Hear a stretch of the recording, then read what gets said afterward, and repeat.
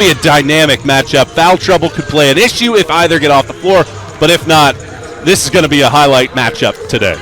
Anderson's hoping it's a fourth time would be the charm against Wingate, while Wingate is hoping it can continue its success against the Trojans, having won 3 regular season matchups prior to this semifinal matchup. Starting lineups and tip-off from Timmons Arena here inside the Furman Basketball Complex is coming your way after these messages here on Flow Sports.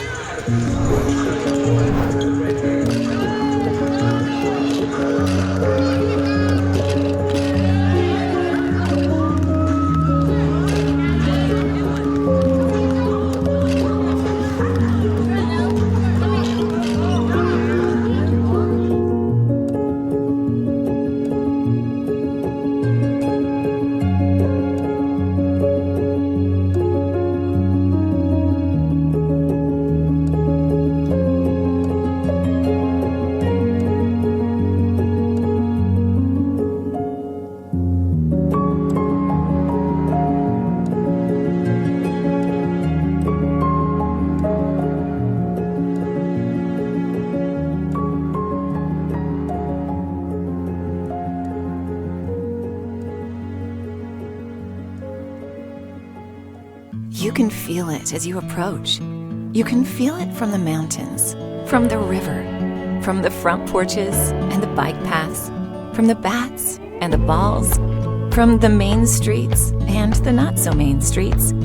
You can't help but feel that it's different here, more refreshing here, so that after a few days here, you'll feel different too. Greenville, South Carolina. Truly the breath of fresh air you've been waiting for.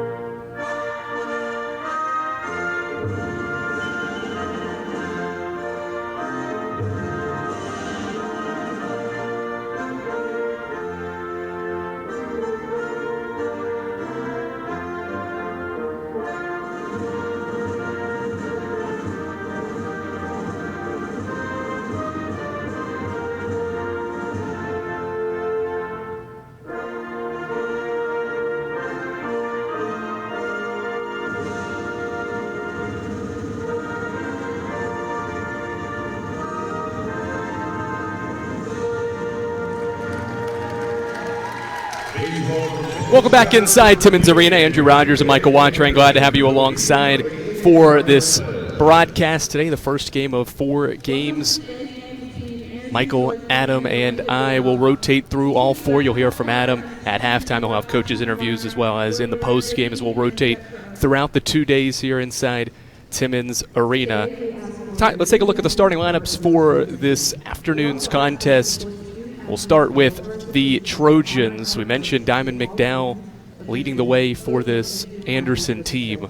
And the front court joined by Brittany Bailey. The back court features Brittany Stafford, one of the heart and soul, the point guard of this team. Zan Rowland and Jalen Sperlin round out the starting 5 for the Trojans, coached by Jonathan Barber. He's in his 7th season with the Trojans, and he's taken this team to now 6 straight semifinal appearances, hoping to get his team back to the championship game a season ago. Certainly the front court there with Bailey and McDowell will be impactful today for his team. Yeah, great length, great size, great athleticism from that group. Jalen Sperlin's playing really good basketball at this point in the year as well, and then Brittany Stafford, as you mentioned, she's the glue player on this roster and a critical piece to the puzzle for this Anderson group that has won 4 in a row and is looking to pierce the NCAA tournament. Speaking of winning streaks, Wingate's won 11 in a row. They're coached by Ann Hancock, a career record of 228 victories, 97 losses. Here's her starting lineup this afternoon. Backcourt features Hagee, the freshman player of the year in the South Atlantic Conference, Lainey Beal, Lauren Sullivan, Hannah Clark, and then Brianna Troutman up front for this Wingate team. It's a very veteran-led group besides and around Hagee. You have Hagee and Beal are freshmen, Sullivan, Clark, and Troutman are upperclassmen. Yeah, one thing that gets lost in the mix with everything that's happened this year around the rest of the league is Wingate won the regular season championship last year. They went to the NCAA tournament. They were the number 4 seed in last year's postseason, and as you mentioned, Sullivan's been there, Troutman's been there, Clark has been there. That group knows how to get it done, and then you have Ann Hancock that you can basically pencil in Wingate to an NCAA tournament berth every year that she's been on the sideline for the Bulldogs, and it is exactly what you would expect out of a Wingate group. Solid defense, a team that can play outside or inside out, and good depth as well within the group. They can run a lot of different players out there that will buy good minutes for Wingate. And as you mentioned, this is the 4th time these teams are playing this season. The question is, can Wingate beat them 4 times in 1 year? You mentioned this is the 4th meeting. They met last year in the semifinals. That's the last time Anderson beat Wingate because Wingate has won the 3 regular season matchups. These 2 teams met back in the 2019 South Atlantic Conference championship game, which Anderson won. Wingate trying to get back to the championship game for the first time since that 2019 season. So these 2 teams know each other well. Michael, what will be the difference in a game like this where you're meeting for a 4th time? The other team is going to know your plays. Your team's going to know their plays. How do things play out and shape out in a game like this? Yeah, one of the biggest keys, I think, for a matchup like this is going to be guard play. And that's obviously a cliche when you get into March, but I think particularly in this game because the true strengths of each team land on the interior. We talked about Diamond McDowell and her skill set, Brittany Bailey as well, but Anderson's the best rebounding team in this conference. They get a boatload of second chance opportunities. And then on the Wingate side, you have Troutman, then you can bring in Kozo off the bench. They like to play on the interior. It really is going to come down to which set of guards can play the best basketball, give you those scoring opportunities. Jalen Sperlin had a great game at Carson-Newman on Wednesday night. She's played really high-quality basketball the last several games. Hannah Clark was a great point guard and a team leader. She's a 3rd-team all-conference selection as well. All of this game probably going to come down to which of the guards can play the better basketball here today and advance their teams to a championship matchup. Both teams have taken the floor. Our officials for this first contest, Keith Wages, Joshua Butel, and Joe Spencer, with Troutman and McDowell to the center jump circle to get things started on this Saturday semifinal day here inside Timmons Arena. The ball is in the air, and Anderson wins the opening tap. Sperlin wastes no time, pulls a 14-footer, missed it offline to the right. Out of bounds, basketball goes to Wingate. Anderson isn't necessarily the highest tempo team in the league, but they'll take their chances when they can run like that and get a good look in the offensive end. Sullivan given space. She'll waste no time. Her three-pointer a little bit short. Troutman grabs the miss. Beal out there with the freshman Hagee, the player of the year as well. Troutman gets it on the low block. Spin move in the lane, no good. Offensive board for the freshman Beal. Her putback's up and in. First points of the game go to the freshman Lainey Beal. Well, we talked about second chance points for Anderson. About Wingate getting the first dose in this game. McDowell brings it up the floor. She'll pull a deep 3 over Troutman, no good. Ball batted around and controlled by the freshman Hagee. Both teams quick tempo early shots in their offensive possessions to start things. Pick and roll with Beal and Troutman. Troutman gets it back. Can shoot the 3-ball from the outside. Has only taken 6 this year, but has made 4 of them. Puts it on the floor to get to the free throw line here. Shot clock down to 8. Clark looks up realizes the timer is ticking. Spins in the lane over Stafford. Left-hand layup. Bounces off the rim. Rebound down to McDowell. Both these front court players you'll see all afternoon take the ball up the floor. It does not have to go to a guard for both these teams to push tempo. Near side, Sperlin reverses it to Bailey. High-low action. They get it inside. McDowell's got perfect position and finishes over Sullivan. Well, that's exactly what Anderson likes to do. The high-low action. They have switchables in McDowell and Bailey. They can play inside and out, and those two can have a nice game. Beal given some room, and she swishes home. A jump shot from the left baseline. Lainey Beal only averages 4 points per game. She's at her average in the first 2 minutes of this one. She'd scored 8 points total in the last 2 games. Sperlin rejects the screen, goes baseline, hangs, misses. Bailey's follow-up no good. McDowell a third chance. Clark strips it away. Fight for it, far side. McDowell retrieves it. Trojans stay on the attack. Sperlin into the lane. Count it. Nope.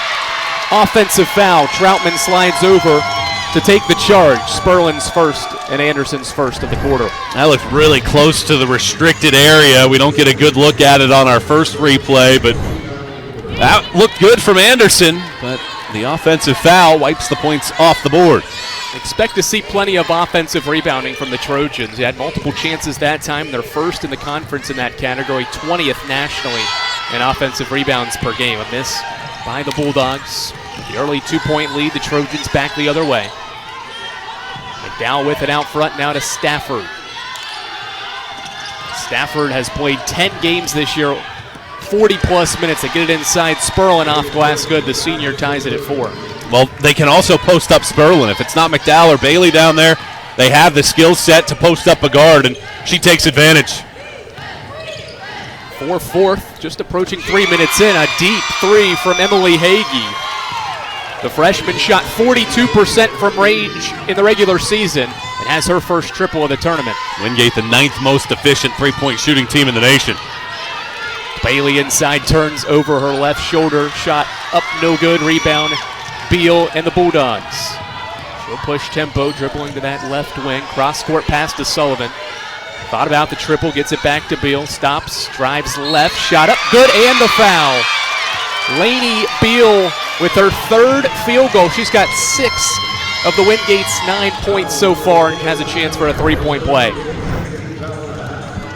Well, it's a strong take by Beal and really, really solid move against Diamond McDowell, who has nearly 40 shot blocks this season. And Beal being aggressive, she scored in double figures in twice of her last 5 games. And she's already close to that with 7 in this one. Caps the 3-point play, and Wingate has scored 6 straight to take a 6-point lead after the game was tied at 4. Sperlin out front. She'll be given space to shoot the deep 3 out there. Go inside to McDowell. She's doubled. Beal gets hit in the face, and I think McDowell stepped out of bounds. She did. It'll be a turnover on Anderson. Interesting to see how often today Michael Anderson is doubled. McDowell would be doubled by this Wingate defense. Do they throw an extra body in there to force her to be a passer out of the post? Well, Anderson has been able to get the ball inside. That time McDowell a little too far underneath the bucket. Hagee off a screen from Troutman into the corner for Beal. Flips it to Troutman, guarded by Bailey. Powers it over her, up and in. Brianna Troutman, the reigning South Atlantic Conference Player of the Year, is on the board.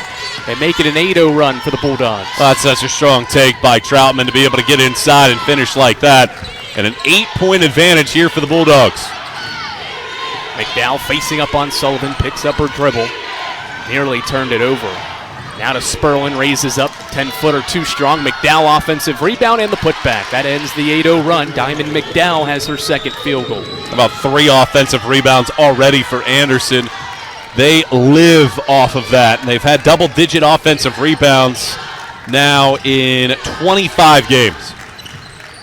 Troutman faces up just beyond the free throw line. Now to Hagee. They go back to the pick and roll. Hagee right back to Troutman on the pop. She'll drive on Bailey. Bailey with the blocked shot.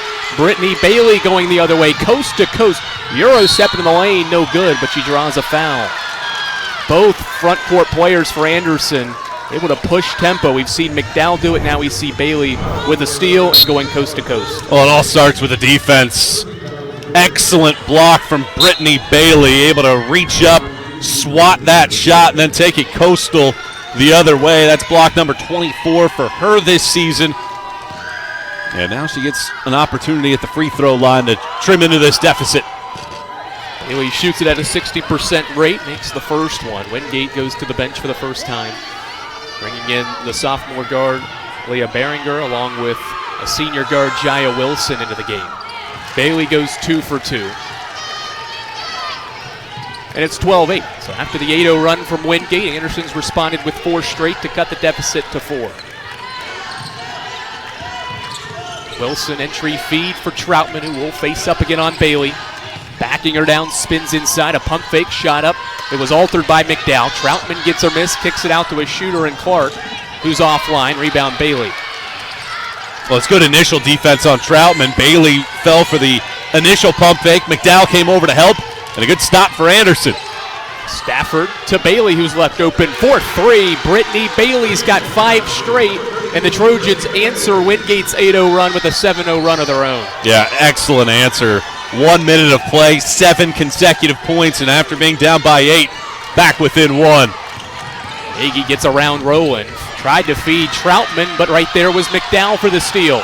Stafford in transition, pulls up free throw line, shot good. Make it a 9-0 run, and the Trojans have the lead. Well, Brittany Stafford would be the best free throw shooter in the league if she qualified. Doesn't have enough attempts to do so. You give her that kind of shot in transition, she's going to make it every time. 13-12. Just under the 4-minute mark of the opening quarter. Still waiting for our first media timeout. Troutman facing up on Bailey, goes left, stops, pump fake, shot over Bailey, good, plus the foul. First foul on Bailey, the third on Anderson, and Brianna Troutman will have a chance to complete a 3-point play after the break. Trojans trailing. It's 14-13 Wingate. Exciting back and forth basketball here inside Timmons Arena. This is the South Atlantic Conference Basketball Championships here on Flow Sports. Sure, we've been around a while. 171 years to be exact. We know the power of a liberal arts-based Christian education and the tremendous potential of what can be found on this campus within this community. We are adventurers, dreamers, believers, passionate and compassionate, curious and clever, driven by a common purpose towards a common goal. I found my passion. I found purpose. We are Carson-Newman. What will you find? You can feel it as you approach. You can feel it from the mountains, from the river, from the front porches and the bike paths, from the bats and the balls, from the main streets and the not-so-main streets. You can't help but feel that it's different here, more refreshing here. So that after a few days here, you'll feel different too. Greenville, South Carolina. Truly the breath of fresh air you've been waiting for.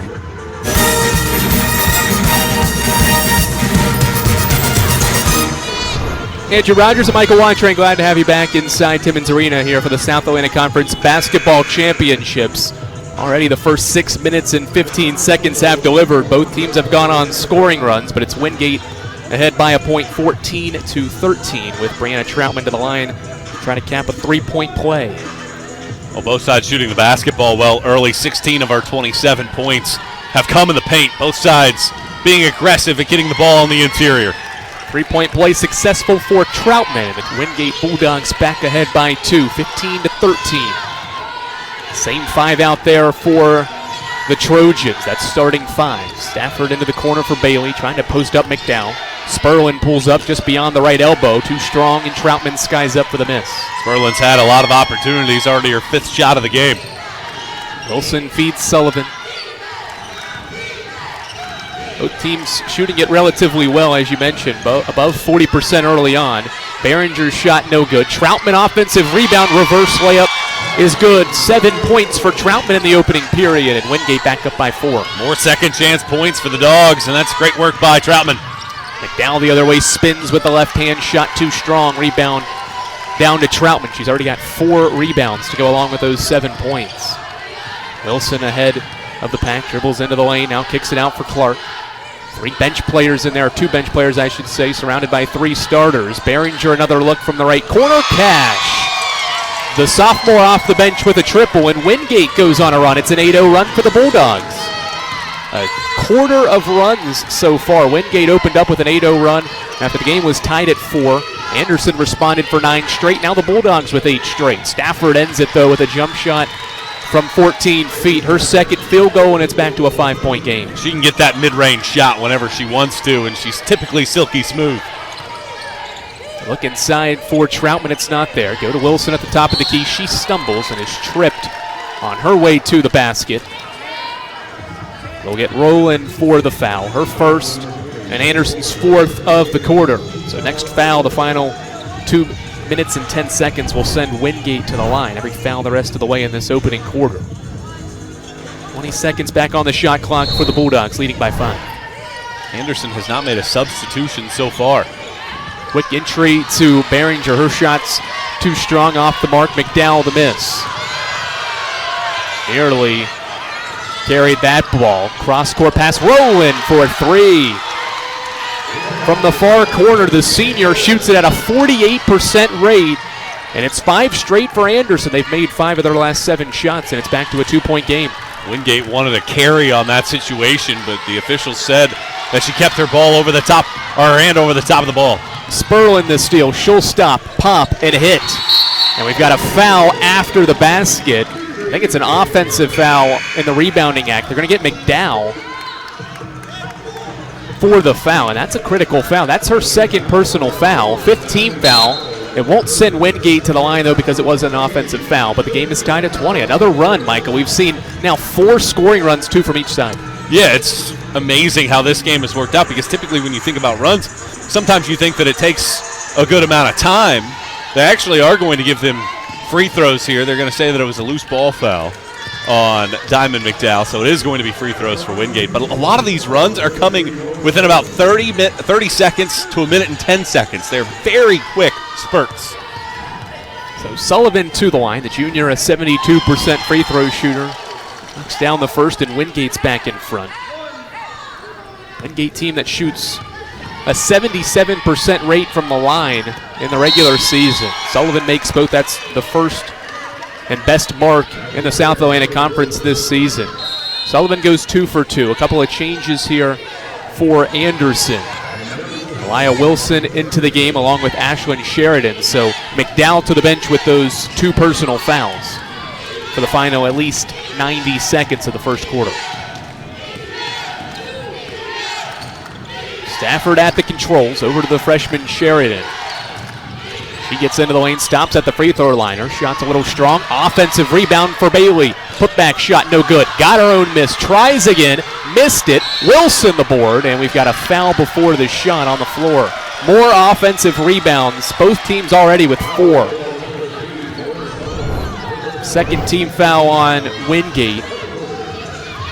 So Anderson will have it underneath with 20 seconds back on the shot clock. You can just see on that last sequence, Anderson burying the white jerseys there, and they had every opportunity to get a layup and couldn't convert.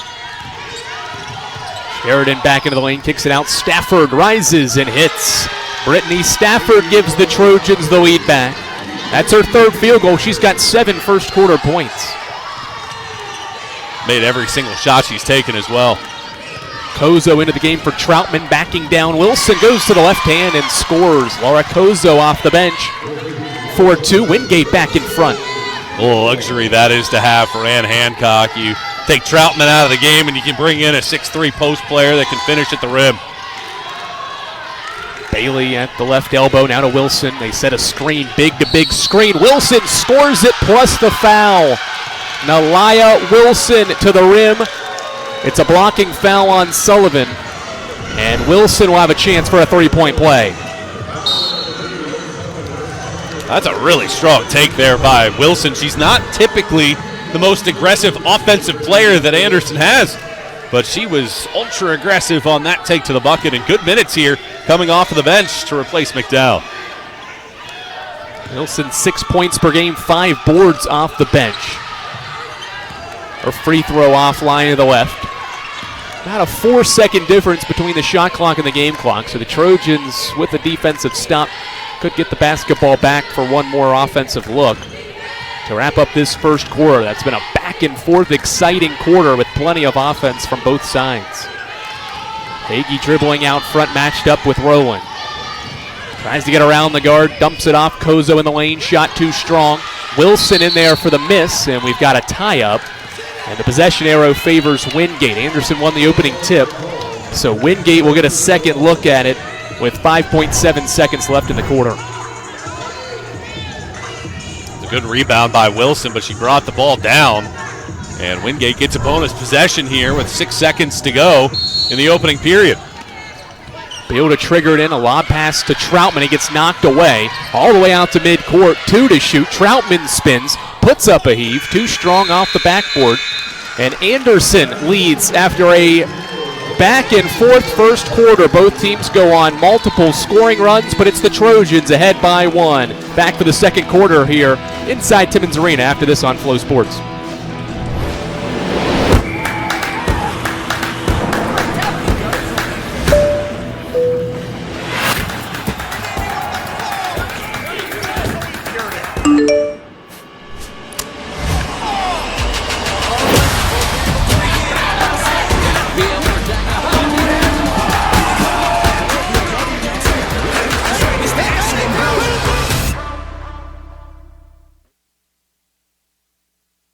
This is Catawba College, where you can feel at home for the next 4 years.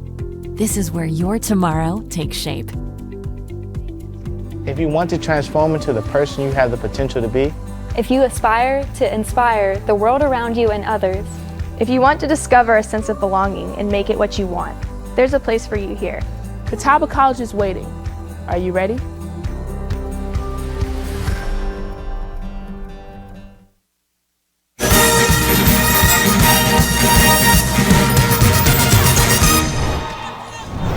One-point basketball game in our first semifinal matchup on the women's side. It's Anderson ahead 25-24 over Wingate as we head to the second quarter. Already some foul issues, Michael. We talked about whether McDowell for Anderson or Troutman for Wingate would get in foul trouble. McDowell has 2 early ones, but Wilson's provided good minutes off the bench so far. Yeah, so far so good off the bench from Nelia Wilson. The luxury that both coaches have is they do still have size and skill off of the bench. Bailey right to work off the big-to-big screen again. Gets to the rim. This time it's Bailey for 2. She's got 7, and the Trojans ahead by 3.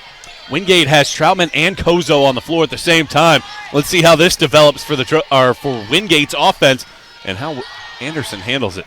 Troutman backing down, drives inside, and scores over Bailey. Brianna Troutman with her first field goal of the period. Wingate back within 1. Troutman's got 9. Closing in already, maybe on a first-half double-double for the reigning South Atlantic Conference Player of the Year, 9 points and 5 rebounds. She averaged 22 points in February, has 5 20-point games since February started. Bailey shoots over the top of Troutman, too strong. And Hagee and the Bulldogs go the other way. 4 starters with Kozo out there in the front court, with Lauren Sullivan on the bench with those 2 personal fouls. Hagee at the top of the key, still 15 to shoot. Kozo faces up at the free throw line, spins, tries to step through, now dumps it off to Troutman. It's deflected out, and it'll stay with Wingate, but they'll have 7 to shoot. Adair Garrison, a freshman forward into the game for the first time, replacing Kozo. So they ended the quarter with Troutman and Kozo. They start the second quarter, got about 2-3 minutes with the 2 center lineup. Now they go to Garrison in the front court with Troutman. Clark enters it out front to Hagee, back to Clark, 3 to shoot. Beal fades away. Off the backboard, no good. Brittany Bailey up for the miss. Anderson with the basketball, ahead by 1, 90 seconds in to the second quarter. High entry feed, Wilson gathers, stops, right-hand shot over Garrison, no. Troutman grabs the defensive rebound. Those defensive rebounds critical on both sides after a combined 10 offensive rebounds in the opening quarter. Pass out to Hagee, wasn't expecting it. Now to Beal.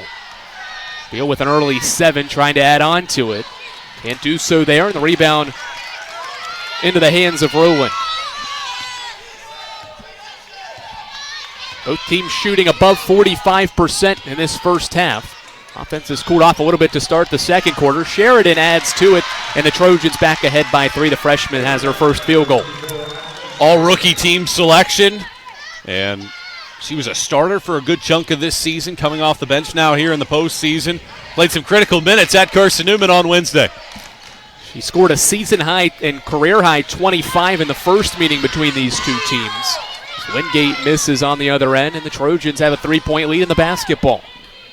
Seemed like Wingate was going to try to blow things open really early with that 8-0 run to go up 12-4, but the Trojans have settled in and are responding. Stafford stays hot. She's 4 for 4 and has 10, and the lead is 6. Anderson has made 4 of its first 5 from three-point range, and Stafford, the first player in double figures for either side. Only averages about 12 per game. More of a distributor, but shooting it well early on now. Troutman misses inside, and Brittany Bailey's down with the miss. She's got 7 boards to lead the Trojans. A lot of one-and-done moments for Wingate as the Bulldogs have now gone the last 2.5 minutes without a point. Stafford barks out a play call as Anderson gets into his offense with 14 to shoot. Stafford inside for Sheridan, but the pass forced Sheridan, and the pass from Stafford to go to the baseline and out of bounds. It's just Anderson's 4th turnover. It was a little too strong on the pass, not enough finesse to get there, and turnover for the Trojans. And how about this? They also bring in Diamond McDowell with those 2 personal fouls. 6.5 minutes to go in the first half with a 6-point lead. Interesting decision by the 2-time conference coach of the year, Jonathan Barbary. Especially because his team has played very well with her on the bench. Goes back to McDowell. She'll be matched up with the freshman Garrison, so getting her off of Troutman. They'll have Wilson guard Troutman, who backs her down. Shot up too strong. McDowell jumps up and grabs the defensive rebound. Another one-and-done situation for Wingate. Wingate hoping for a foul in those situations, just haven't gotten them. Anderson trying to add on to a 6-point lead. McDowell guarded by Troutman on the left wing. Now to Sheridan, gets into the lane. Runner in the lane. Good, plus the foul. A blocking foul called on Beal, who tried to step over late, but Sheridan had already made her leap toward the rim for the shot and scored it plus the foul. That's such a good take by the freshman. Aggressive to get into the lane, and that's a tough shot off the wrong foot, throwing up a little teardrop with the right hand. Good soft finesse shot. And the Trojans have opened up their largest lead of the day and have a chance to get the largest lead for either side. 7 straight for Anderson. Sheridan with 4 points. Make it 5. Anderson 3 of 4 from the line now, and the lead is 9. Wingate hasn't scored in nearly 4 minutes. They've missed 6 straight shots from the field. Troutman picks up her dribble now to Clark. Behringer back into the game along with Jaya Wilson. Sheridan into the passing lane for the steal. 1-on-1 in transition. Euro step in the lane. Sheridan off glass. Good. It's a 10-0 run for Anderson, and Ann Hancock has seen enough. The Trojans are rolling here in the first semifinal. They lead it 37-26. Back for more South Atlantic Conference women's basketball action after this here on Flow Sports.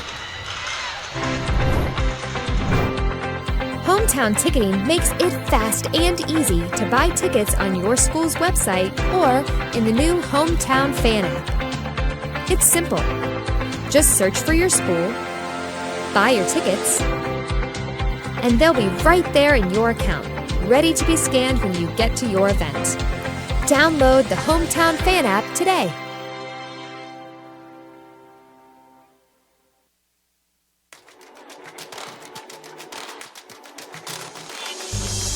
Excellence, integrity, care, curiosity. These are the values that define who we are. A community of thinkers, competitors, and achievers passionately pursuing the path of a purpose-driven life. Because at Lenoir-Rhyne University, we are called to greatness. We are LR.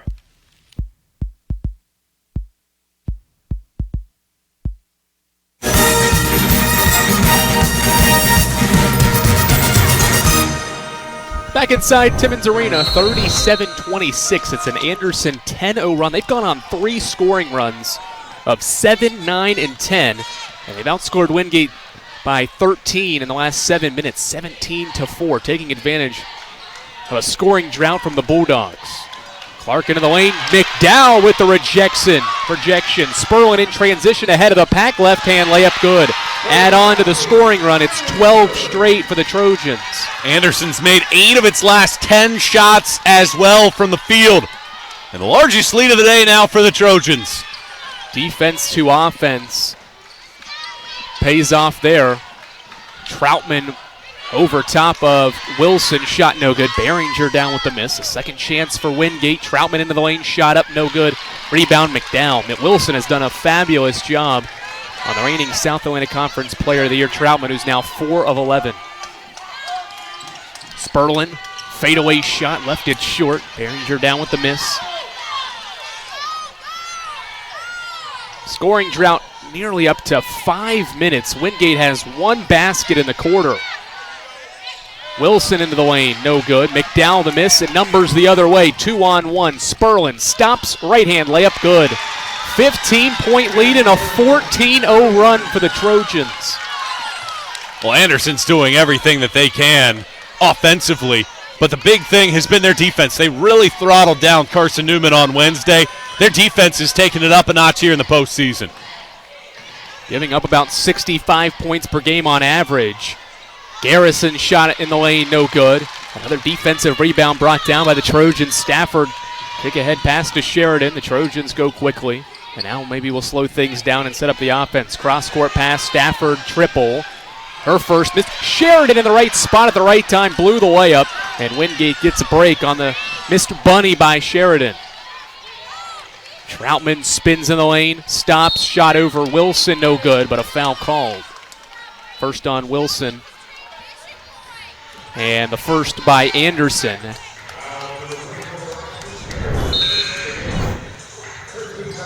Actually, they got Sheridan for the reach in, not Wilson, who was the primary defender. So Sheridan's first, and the first for the Trojans. Troutman to the line. Wingate's only bucket came at the 9:32 mark, a Troutman layup, so just shy of 6 minutes without points for Anderson, or for Wingate rather, and Anderson in that stretch has scored 14 in a row. Couple of subs for Wingate as Troutman goes to the line to try to end what is nearly a 6-minute scoring drought, and unable to do so on the front end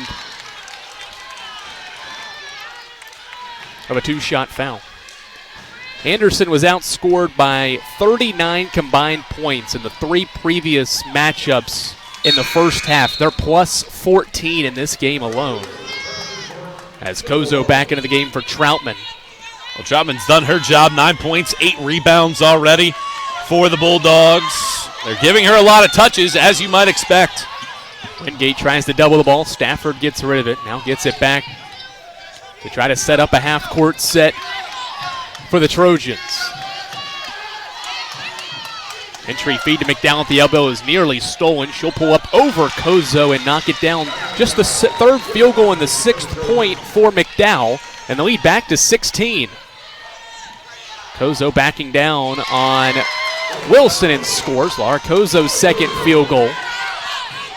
And Wingate's got its first field goal in nearly 6.5 minutes, and a foul called out front on Wingate. Second team foul. They get the freshman guard off the bench, Bethel Ekperiga, into the game for Hannah Clark.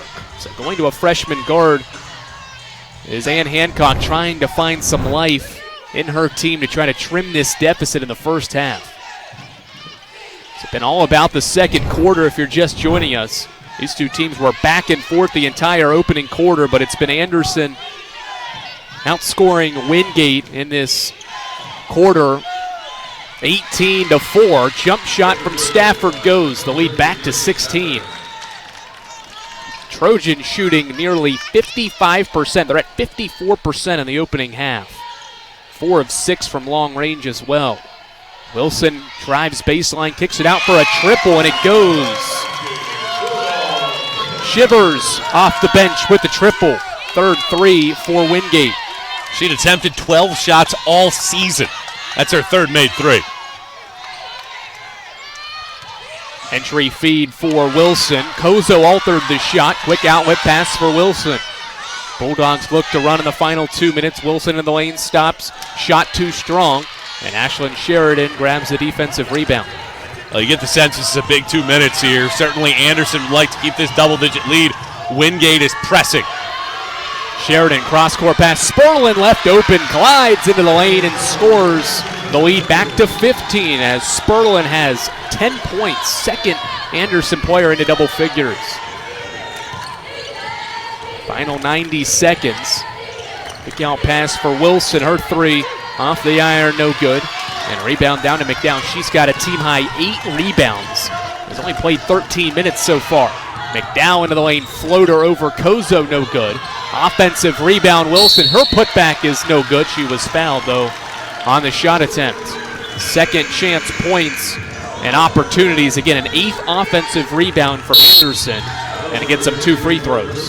Well, you go through the season log for the Trojans in terms of their offensive rebounding ability, and we're seeing it all game long. They just get such good position off of missed shots. And they had 15 at Carson-Newman on Wednesday night, 29 in the regular season finale in terms of offensive rebounds. They eat it up on the glass. Uncharacteristic free throw shooting style for Nelia Wilson, but it doesn't matter. She knocks down the first. 48-32. Pretty much treats a free throw like a jump shot. One dribble, steps into the free throw, left that one short. Going 1 for 2 at the line, but the Trojans still lead by 16 in the opening half.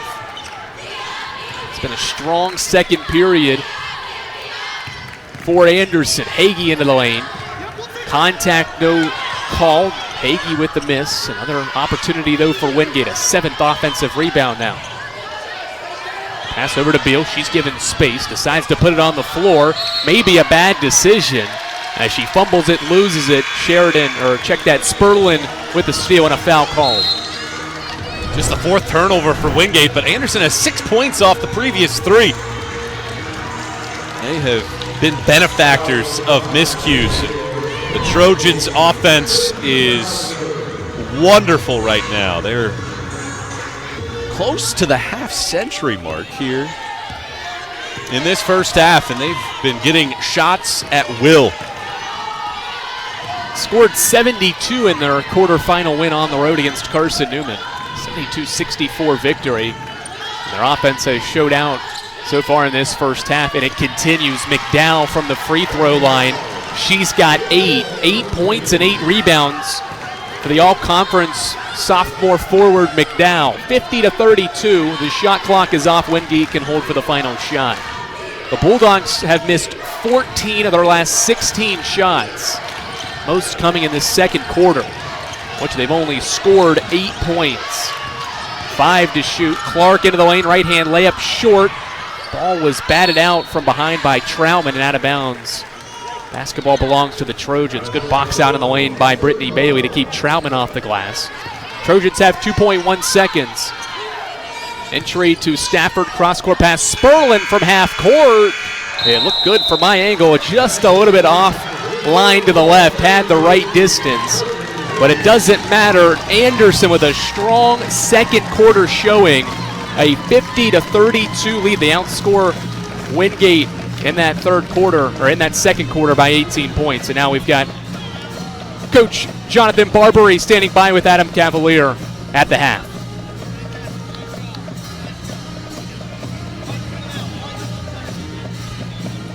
All right, thank you very much, Andrew. Adam Cavalier alongside Jonathan Barbary. Second quarter, my goodness. Defense on display. You keep Wingate without a field goal for 6 minutes. What was the change, first to second? Wasn't from me. I wish I could take credit, but it wasn't from me. Anytime you come to a tournament like this, you got to settle in. And for the last month, we've been talking about our defense is what's important to us. We will score when we get stops. If we got to play in the half court, sometimes it's tough. So we've got to get stops to go, and that's what we've been pushing for about a month now. Rebounding that was on display in the quarterfinals, on display here today. What's the key to continuing the glass work for halftime? When you come to a place like this, too, with Furman and the balls and stuff, the rebounds go long. So we spent a lot of prep the last couple of days talking about long rebounds. Don't run under the rim.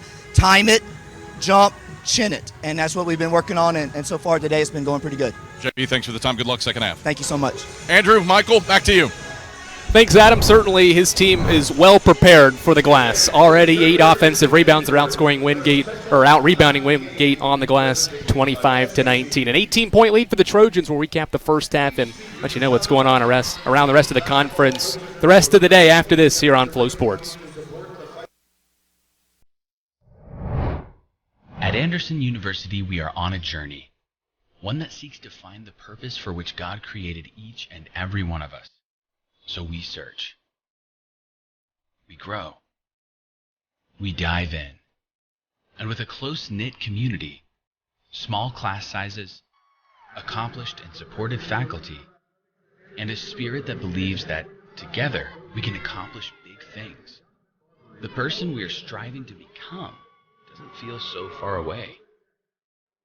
So we push, we dream, we dig deeper, until our journey finds us as teachers, artists, writers, athletes, engineers, nurses, and friends.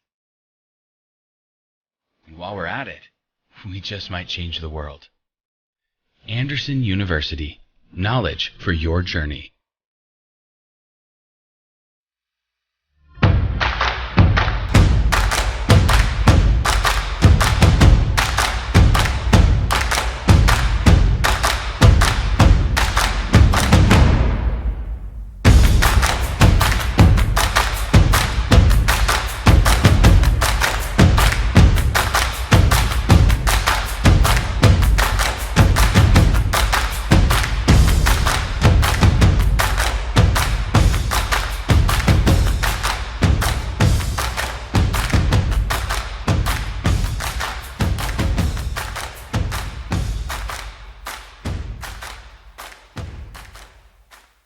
Calling officials cheaters or corrupt, it's not a game. Insulting referees, it's not a game. Threatening officials, it's not a game. Berating young umpires, learning the ropes, it's not a game. Violent language in the stands, it's not a game. Verbal abuse from the sideline, it's not a game. Screaming at a referee in the parking lot, it's not a game. So what happens now? Your response in the heat of the moment is the only thing you totally control, and we have an experiment for you to try. Simply stated, just cheer for your child or the team you're there to support. Move that desire to lash out to a different place and encourage without rage.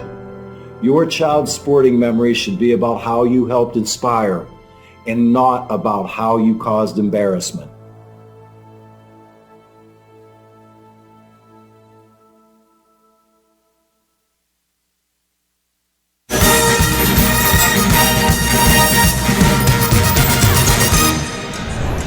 Welcome back inside Timmons Arena. Andrew Rogers here with Michael Watring. Glad to have you alongside for today's action. A strong second quarter from the Trojans. They outscore Wingate 25-8 to have the 18-point lead at the half. You heard Coach Jonathan Barbery talk about it, Michael, at the half. His team controlled the game. You've mentioned it. The defense was spectacular to hold Wingate to 8, but to not only score off those turnovers as well. Yeah, Wingate in second quarter play, 3 out of 18 from the field. They had a lot of shots in and around the painted area as well, but the length and leaping ability of Anderson really did the job. And the Trojans able to shoot the ball from the outside. That was Brittany Bailey hitting a three-pointer. Anderson hit 4 trifectas in the game. They're also able to get out and transition, show off the mid-range game with Brittany Stafford. And right now, if you're Anderson, you have to feel really good about how the offense is working. And there's been some unusual suspects for Wingate to be able to score. That was Behringer hitting a 3. Beal had 7 in the first half. Here's Zan Rowland of Anderson hitting 1 from deep. A lot of players that you might not expect to contribute have contributed for both sides. Yeah, and Anderson's side, the thing that stands out, it's been balance. We hit on how good McDowell's been this year and Sheridan off the bench, and Stafford's point guard play, Sperlin playing well as of late as well. But they've got 5 different players with 7 points or more compared to Wingate, who's only got Troutman and Beal with 7 or more. Yeah, and Troutman's 4 out of 11 from the floor. right now. So she's getting a lot of shots. For Wingate, though, they're just not making shots. They just got a couple points in the last 7 minutes of that first half. And for Anderson, everybody that's played, all 7 players have scored. And they've done it in such a variety of ways as well. But they've been committed to getting the ball into the paint. We've seen so many teams come here over the years that fall in love with a jump shot. And what Anderson is doing is just what Ashlyn Sheridan did right there. Dribble the length of the floor, get a layup opportunity, and on the other side, defend the rim, have that leak out, and lead to offense and an easy layup for Spurlin. For Anderson, they are trying to get back to the South Atlantic Conference Championship. Fell victim to Carson-Newman last year, a 25-point win for the Eagles. But this is an Anderson team. They have been in these moments. They've been in these situations. They've been in 3 of the last 4 women's basketball championships. That experience from the coaching staff and head coach Jonathan Barbary has showed, and it's relayed to his players so far. Well, it's a team that understands how to win when it comes to this time of the year. You look at the overall record at 16-12, but you have a team that, since they joined the league, 6 final appearances. They've been to 6 consecutive semifinals, and it's a group that you can rely on at this point in the season. Now, 20 more minutes still to go. Wingate's won, 12 in a row now at this point in time. It's a group that knows how to win, and you know Ann Hancock's going to have something cooked up for her group in that third quarter to try to put a dent into the deficit, see if you can get it to single digits going into the fourth and let things happen at that point. It's still a very talented Wingate team with good skill. Troutman with a double-double already. We highlighted her at the beginning of the game.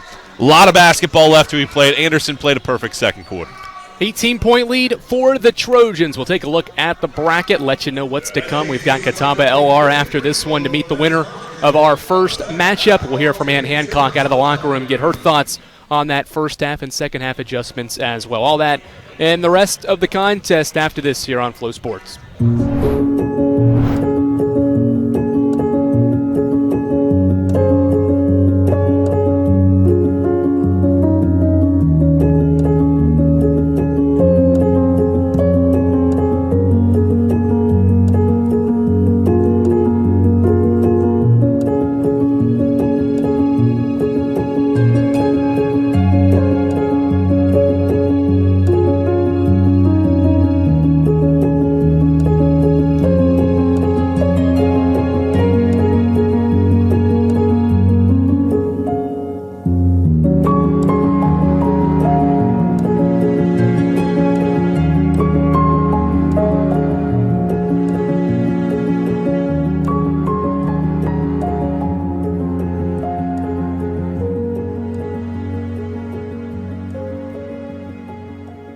The NCAA sponsors 90 national championships each year, none of which could happen without officials.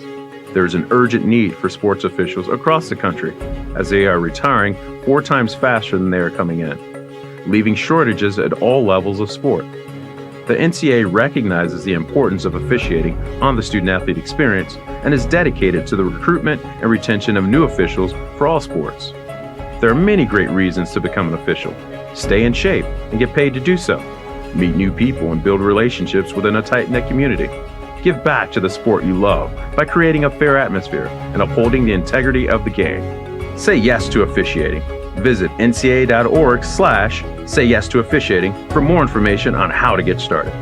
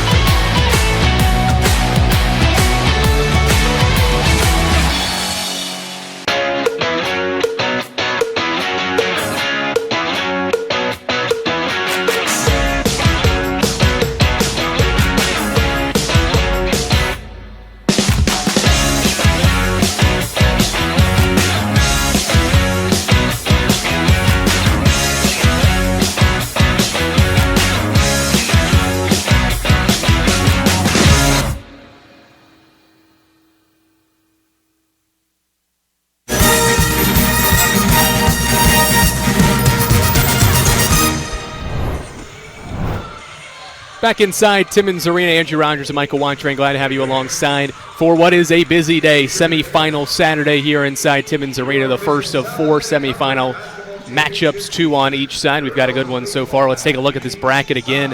Anderson and Wingate matched up now, obviously. Catawba LR are the featured matchup later today. That'll follow our first game. Catawba beat Limestone, and LR went on the road, smacked Tusculum by 24 points to secure a spot in the semifinals as well. Second half action coming your way after this here on Flow Sports.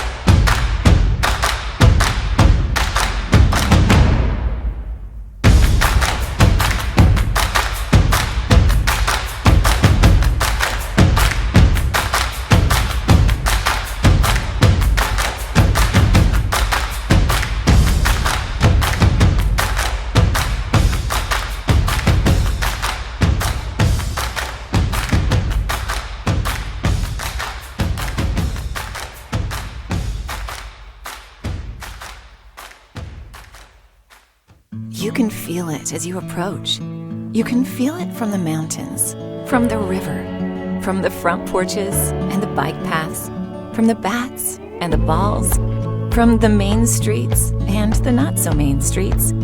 You can't help but feel that it's different here, more refreshing here, so that after a few days here, you'll feel different too. Greenville, South Carolina. Truly the breath of fresh air you've been waiting for.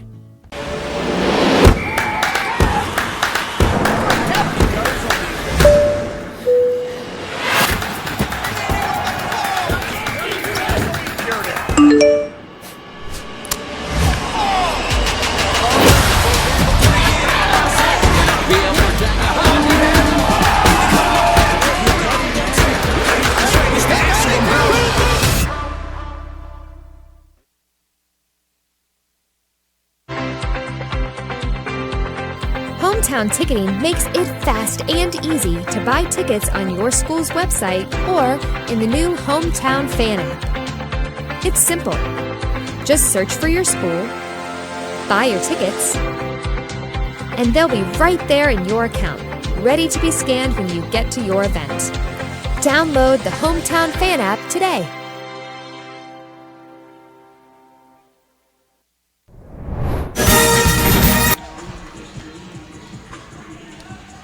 All right, back at Timmins Arena, Adam Cavalier alongside Wingate head coach Ann Hancock. And started hot, slowed down in the second quarter, just 3 made field goals. What's it take to find some offensive consistency against the Trojans? Well, I think it's going to start with getting some defensive stops. They shot a great percentage in the second quarter, but I think that's because we were missing them. They were getting fast break and baskets in transition. So we're going to have to get some defensive stops and find a way to get it in the basket. So we got 20 minutes to get it done. And thanks for the time. Good luck second half. Thank you. All right, Michael, Andrew, back to you. Thanks, Adam. We thank both coaches for obviously taking some time before and after halftime to talk with us throughout this weekend of matchups. Michael, you heard it from Coach Hancock. What else do you think this team needs to do? Interesting, her focus, too, on defense and not on offense. You got to get defensive stops to get back into a game. Yeah, I mean, that's what Wingate has done for years, is it started at the defensive end of the floor. And, you know, I don't really care about what Wingate could have done offensively in that first 20 minutes. If you give up 50 points to a team and a half, very difficult to win a basketball game that way. The leading scoring team in the league this year, Carson-Newman, scored 75 points per game. That's down from their typical average, and that's down really for the league as a whole. So you're sitting at a point right now where Anderson's on pace to score 100. You can't win a lot of games when you're in that spot. So let's see how the Bulldogs respond defensively. Wingate starts with the basketball, and a traveling violation called. Hagee went backdoor and was met by a couple of Trojan defenders and took a couple of steps. And it's Wingate's 5th turnover. Low turnover game for the quality defense that Anderson put together. It was just a mixture of quality half-court defense, had a few occasions of stealing scores, but mainly just forcing a miss and scoring off of it. As Bailey got position inside, couldn't finish. Clark the other way for the Bulldogs. Hands it off Hagee. The trailer gets it back into the corner for Clark. And Clark stepped in the corner, out of bounds right in front of Wingate's bench. So back-to-back turnovers to start the second half for Wingate. Yeah, Wingate, I think, is going to go to the full court press a little bit more frequently. And the question is, can they get traps? But that's the skill that Anderson has, to be able to use McDowell and Bailey to bring the ball into the front court, and you have post players guarding him. Sperlin puts it on the floor, hangs in the lane, and maybe a bailout foul here as Sperlin was caught in midair, and Hagee fouled her as Sperlin went up for the jump shot.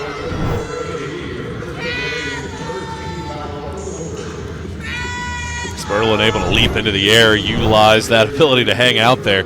She also has an unorthodox shooting style at the line.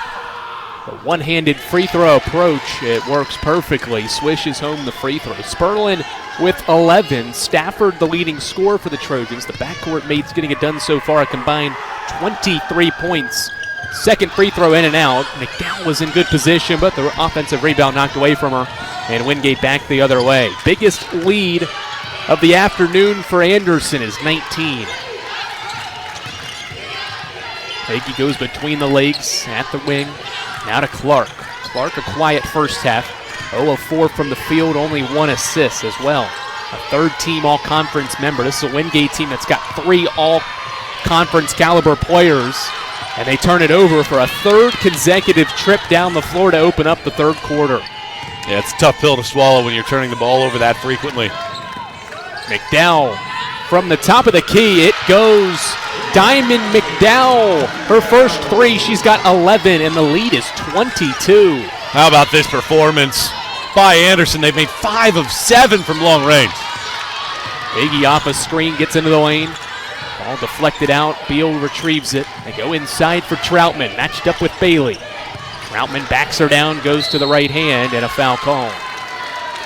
Yeah, it's an easy whistle there. Bailey came down with both hands trying to attack Troutman. I expect Wingate to go inside of Troutman with a high frequency here in this second half, but you can see the post skill. Sets Bailey up by going towards the middle of the floor, uses that drop step. Bailey out of position, commits the foul.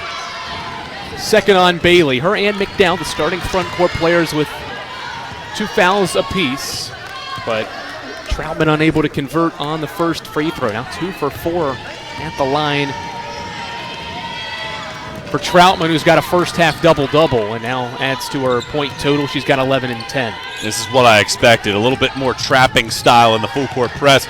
Carson-Newman ran this at Anderson on Wednesday. It forced some turnovers, and that's what Wingate gets here. Bailey throws it into the front row, trying to find Sperlin just across the timeline. Sailed over her head, and Wingate steals a possession, trailing by 21. You have to make Anderson uncomfortable at the offensive end. Sullivan at the top of the key, only played 10 minutes in that first half due to those 2 fouls. Now to Beal out front. 15 to shoot now. Hagee faces up in the corner. Cross-court pass for Beal. Rise, fire, cash for Lainey Beal. She has 10. Her first triple, and the lead down to 18. That was a really good cross-court pass to set that up. Sperlin a cross-court feed. McDowell left corner, and the answer. Second triple for Diamond McDowell. Only shoots it at a 28% rate, but knocks down her second of the quarter. Well, just as I mentioned, cross-court passing, and that sets up a trifecta. 14 for McDowell to lead all scorers. Troutman into the lane, meets a double team, can't power it up and in. Ball knocked out. It's off the Trojans, and the shot clock gets reset back to 20. Wingate will have a second chance. Trailing by 21 points, 57-36. Thought there could have been a foul there as Troutman made that move, and McDowell, who picked up 2 fouls early in the game, has been sitting at that number. Troutman cuts, can't finish. Hagee flies in, and I think collided with Troutman on the miss. Ball goes the other way. Sperlin misses a right-hand layup. Wingate wants to go quickly. In transition, Hagee into the lane on McDowell. Left-hand layup good. Emily Hagee with just her second field goal, the freshman of the year with the layup, and now another turnover. Sullivan tips the pass, and now a reach in on Sperlin. Well, certainly the intensity picking up, especially from Wingate's defense that's now forced 2 turnovers on this full court pressure. Yeah, that's what Wingate is trying to do. Obviously, more of necessity at this point, down by 19 in the game. But it's starting to work, and now the question is, can Wingate continue to get good looks at the bucket? Troutman from the elbow, that'll go. Brianna Troutman has 13, and the lead is 17, 57-40. Still early in the third. Trojans break the pressure. Sperlin wastes no time. Missed the shot, back of the iron. Clark has the miss. The speedy point guard wastes no time. Gets into the lane, kicks it out. Sullivan, a pump fake, a stop, bounce pass into the lane. Troutman powers it in again. 6 straight for the Bulldogs, and the lead is down to 15. I like what Wingate's doing from an offensive perspective, and Jonathan Barbary forced to call for time. This is excellent from the Bulldogs. Just what they needed in the first 4 minutes of the second half. Troutman starting to cook underneath, and Wingate is within 15. We'll take a timeout. Lead is 15 for Anderson. They've scored 6 straight. Back for the rest of the third here on Flow Sports. Tustin University is the right choice for your degree. Your professors will know you, and you will meet students from all over the world. You can do cutting-edge research. You'll have fun. And best of all, you can afford it. We offer associate's, bachelor's, and master's degrees and more than 60 majors and minors within a caring Christian environment. Hi, I'm Dr. Scott Hummel, the president of Tusculum University, and I invite you to become a pioneer, a member of the Tusculum family. What if you let go of fear? Let go of doubt.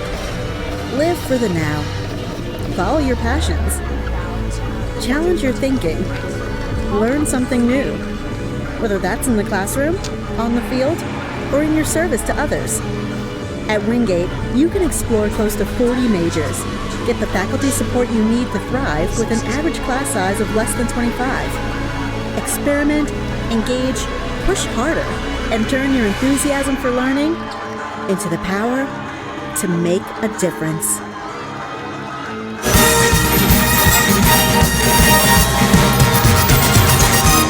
Back inside Timmons Arena, 15-point Anderson lead. It was as big as 22 in this third quarter, but the Wingate Bulldogs have got it down to 15. Our 2 stars have played really well, and Troutman's kind of carrying the load offensively in this run in the second half. Bulldogs' pressure has forced turnovers. Trojans break it this time out of the timeout, and now will set up their half-court offense with 18 seconds on the shot clock. Wingate offensively only had 3 field goals made in the second quarter. They've already got 4. Just over 4 minutes into this third quarter, the offense has picked up. Stafford off a ball screen from McDowell, gets it back to the sophomore, 2 to shoot. She'll heave it up. Nearly knocked it down, just a little strong, and Clark's got the defensive rebound. Wingate trying to add on to a 6-0 run. They go inside Troutman, bounce feed for Beal.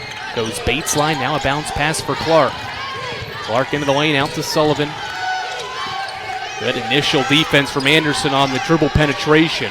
They go inside for Troutman, gets around Bailey, reverse layup good. 8 straight for the Bulldogs, and the lead is down to 13. That's what Troutman does as well as any player in the region. Get the ball at the high post, use the explosiveness to get to the rack. Third 8-0 run from Wingate in this basketball game. The first 2 came in the opening quarter. The third one, which is still a run technically right now. Stafford tries to end it, can't do so. Rebound to Hagee. 3 8-0 runs. Hagee trying to add on. Coast to coast, left hand layup plus the foul. The freshman gathers the miss, takes it 94 feet for the basket. And it sends us to another timeout. The lead is down to 11. It's a 10-0 run for Wingate. Back for more exciting South Atlantic Conference semifinal basketball after this here on Flow Sports. Sure, we've been around a while. 171 years to be exact. Founded on the banks of a creek. This creek, Mossy Creek. We know the power of a liberal arts-based Christian education and the tremendous potential of what can be found on this campus, within this community. We are found here and here and here and here and also here in the classroom, on the field. We are adventurers, dreamers, believers, passionate and compassionate, curious and clever, driven by a common purpose towards a common goal. We are. We are. We are. We are. We are family on a journey of discovery. I found my passion. I found my calling. I found family. I found a way to lead. I found a place to call my own. I found purpose. There's something for everyone. We are. We are. We are Carson-Newman. What will you find?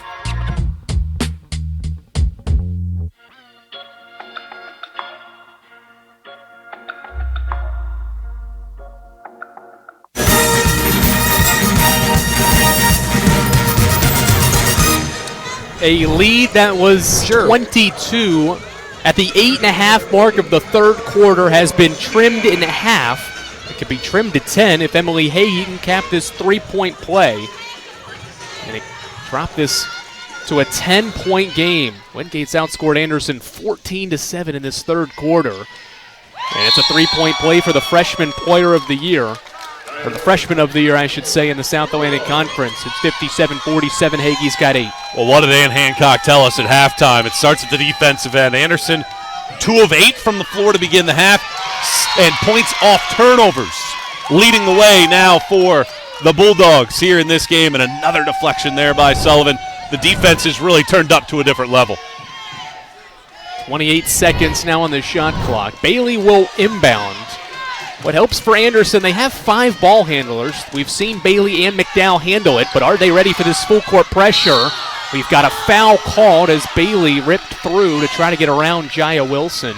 And Wilson commits the blocking foul just at half court. Wilson's first. Wilson maybe a half step late trying to knock that ball away from Bailey, who is able to retrieve that pass. Wingate backs off into their man-to-man half-court off defense against this Anderson offense that has, you mentioned, Michael, has struggled a little bit. 4 straight misses. Stafford makes it 5 straight, and Wingate can make it a single-digit deficit this trip down. Sullivan attacks, kicks it back out to Beal. 4 out, 1 in look for Wingate, looking inside for Troutman. They go all the way around the perimeter. Troutman not open. Back to Beal. Beal gets all the way around. Stafford missed the layup. Bailey's got the defensive rebound. A point-blank miss. We've seen that from both teams in this basketball game. Some point-blank layups at the rim not go down. Probably should have used the window that time around instead of going straight to the canister. Stafford kicks it out to Rowland, who knocked down a 3 on her only shot attempt of the first half. Now to Bailey, who faces up, 8 to shoot. She'll fire, miss off the right side of the iron. It bounces into the hands of Clark. 6 straight misses for Anderson in a 4-minute scoring drought. Troutman inside, barrels into Wilson and scores. Brianna Troutman with 19. And it's an 8-point game. Long pass over the head of Sheridan, and another Anderson turnover.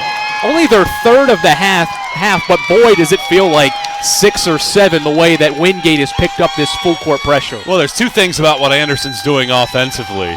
They're settling for a lot of jump shots. They've only taken 2 layups in the entire second half so far, and they're turning the basketball over, really pressing right now when they don't need to. Hagee fumbled the basketball on her drive, had to put up a shot, missed it short, and Stafford races the other way. Anderson still holds on to an 8-point lead despite just 7 points in this third quarter after scoring 25 each in the first and second. Sheridan into the game off the bench. Finds McDowell, gets around Wilson, shot short. Rebound Clark. Clark with numbers, 5 on 4. McDowell hustles back into the play though. Wingate doesn't take advantage of that 5 on 4 sequence. They get it into the hands of Troutman, who puts it on the floor. Shot blocked by Bailey. Troutman gets it back and powers it in. Second effort for Brianna Troutman. It's a 13, make it 15-0 run. The lead is 6. 11 second half points for Troutman. Rowland, a crowd silencer won't go. Sheridan backside offensive rebound, and she's fouled. Second time Sheridan has been in the right place at the right time on the backside to grab an offensive rebound, and this one will earn her 2 shots at the line. Really not the worst foul at the end of the day either, because instead of it being a layup for McDowell, you force Sheridan to take foul shots. Got her on the left arm there. See, McDowell would have had that easy layup instead, but now you send Sheridan to the free throw line to attempt a pair of shots. And Sheridan this season, right around 70%. The freshman to the line. First one hits the front of the iron and falls off the right side. 5.5 minute scoring drought right now for Anderson. They've missed 8 consecutive shots, and you can credit the full court pressure that has sped up this Trojans offense, has them a little out of sorts when they are able to break the pressure and get into the half court. Anderson was 11 of 18, 61% in the second quarter. This quarter, 2 out of 12. Right on cue, the veteran Ann Hancock talked about defense, and that's exactly what has guided this Bulldog club back into this game after trailing by as many as 22 as recently as 6.5 minutes ago. Sheridan splits a pair. Lead back up to 7 for the Trojans. Leah Behringer into the game off the bench, joined by the other 4 starters on the floor. Sullivan picked up that last foul, her third. Beal to the rim, missed the left-hand layup, ball tapped down into the hands of Stafford. Anderson with numbers as Troutman trails the play, but able to get back quickly to not allow the easy basket underneath for Nyla Wilson. Aliyah Wilson feeds for McDowell. Backboard used by McDowell, too strong. Sheridan another offensive rebound, but it's knocked away and stolen. Yeah, Hannah Clark got a piece of it. Otherwise, it would have been another layup. Clark into the lane, kicks it out for Troutman. Thought about a 3, now gives it back to her senior point guard.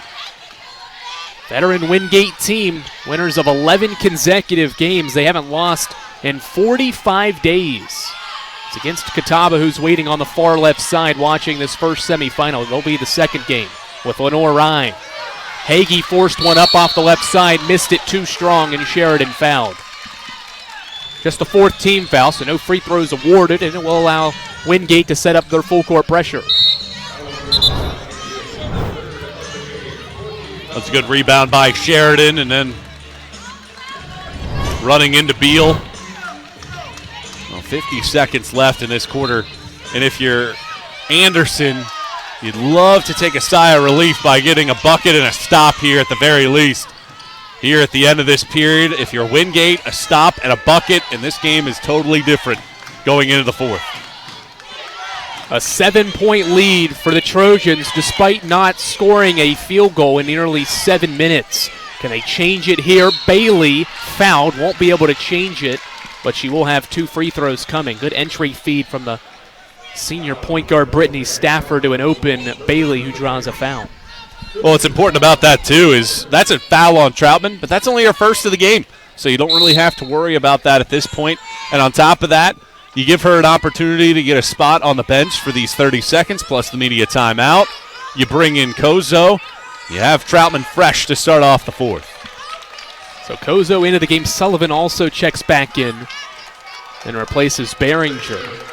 So 3 starters, check it, 4 starters surrounded by the center. Kozo into the game for the final 30 seconds for Wingate. McDowell also checks back in. First free throw up by Brittany Bailey. Rattles off the iron. Bailey with 7 points and a team-high 10 rebounds. Just 2 of 10 from the field, but has been impactful on the glass for this team. 4 of her 10 rebounds on the offensive end. Splits a pair, and it's back to an 8-point lead for Anderson. About a half-second difference between the shot clock and the game clock, so you can pretty much turn it off, and Wingate can probably hold for the last shot. Well, Wingate an opportunity to make this a 2-score game going into the 4th. See where they go to. No Troutman on the floor. She's got a game-high 21. It's in the hands of Beal, now to Sullivan. Thought about a 3. They go inside. Kozo over her left shoulder, scores it. Laura Kozo's 3rd field goal. Pressure in the backcourt. Sullivan steal. Her 3-pointer no good. Defensive rebound secured by Bailey, and that's how we cap the 3rd quarter. Wingate was down as many as 22. They climb back. It's a 6-point game, and Ann Hancock is trying to get the Wingate faithful fired up for the 4th quarter. We've got a good finish coming, 59-53, 4th quarter between Anderson and Wingate after this here on Flow Sports. This is Catawba College. where you can feel at home for the next 4 years. This is where your tomorrow takes shape. If you want to transform into the person you have the potential to be, If you aspire to inspire the world around you and others, if you want to discover a sense of belonging and make it what you want, there's a place for you here. Catawba College is waiting. Are you ready?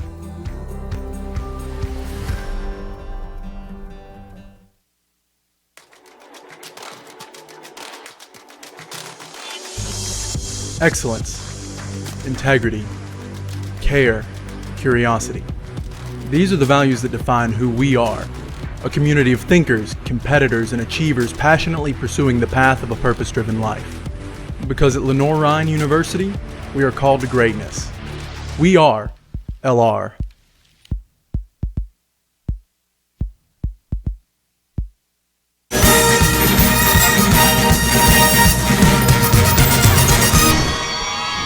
Anderson led by 18 at the half, and they were held to just 9 third-quarter points as Wingate uses a third-quarter surge to get back into this game and make it a 6-point game. They outscore Anderson 21-9 in the period. Trojans making their 6th straight semifinal appearance, trying to get back to the championship game for the 4th time in 5 years. Wingate hasn't been there since 2019, hoping they're able to get back, trying to avenge last year's semifinal loss to these same Trojans. Anderson starts with the first possession of the quarter, and Bailey fades and scores over Troutman. Brittany Bailey has a double-double. Well, Anderson led for double digits for a good chunk of the game on Wednesday against Carson-Newman. Never let the Eagles get within any closer than 6. Kozo over her left shoulder again, scores with the jump hook with the right hand. Back-to-back field goals for the center off the bench, and it's back to a 6-point game. 8 for Kozo, 4 of 5 shooting, and she's back out there with Troutman. A bigger lineup for both teams. Anderson's got McDowell, Wilson, and Bailey into the game with Sheridan and Stafford in the backcourt as Clark went for the steal and commits a personal foul, her second in the first of the quarter on Wingate. So a bigger lineup both times. First time we've really seen McDowell, Wilson, and Bailey all in the game together. Yeah, I think this is an interesting unit for both sides, but these two teams are the kind of teams that can actually do this. McDowell throws one off the backboard, trying to get it to Wilson. And another turnover for Anderson. 6th of the half, 10th for the game. Yeah, those are the moments, though, from Anderson. That's a needless pass. He can't do that in a tight game. Troutman blocked by Bailey. Second effort, no good, but a foul. And Bailey slams the floor in frustration. Didn't think it was a foul. Maybe lucky to avoid a technical foul there as well, but all three of these officials probably recognize the importance of this game. Aren't going to do it on a play like that, but good effort again by Troutman. She was one more word or action away from a technical.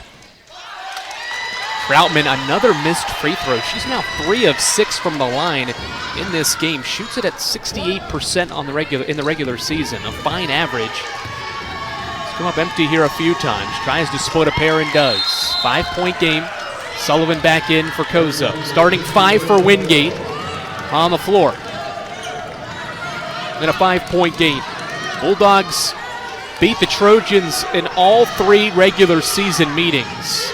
They're meeting for the 4th time in what is probably the most meaningful one, a spot in the South Atlantic Conference Championship game.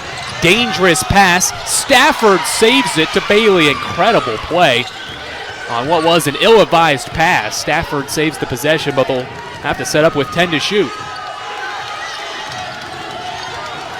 Stafford dribbles to the left wing. Not much going here. 4 to shoot. McDowell stops, step back, three-pointer. Off the iron, no. Wilson, offensive rebound, plus the foul. A broken possession turns into a Nyla Wilson and 1. Boy, it didn't look like anything was going to happen there. Yeah, for Anderson, they've gotten away from what got them to this lead, and that's the high-low game. But you take a look at what Wilson does in terms of that post position after the missed shot. Second chance points critical for Anderson all season long, and that was a big get for the Trojans.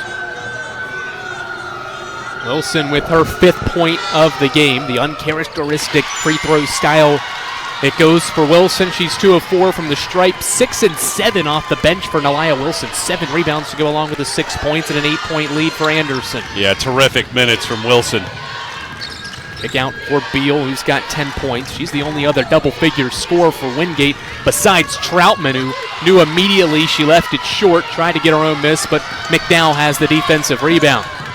Sophomore McDowell closing in on a double-double, finds Bailey, who scores it. A great feed from Diamond McDowell in the lane to Bailey, and the lead is 10. Well, exactly my point. Get the ball inside, use that high-low with that size out there, and get good looks. They have the height advantage with Kozo back on the bench.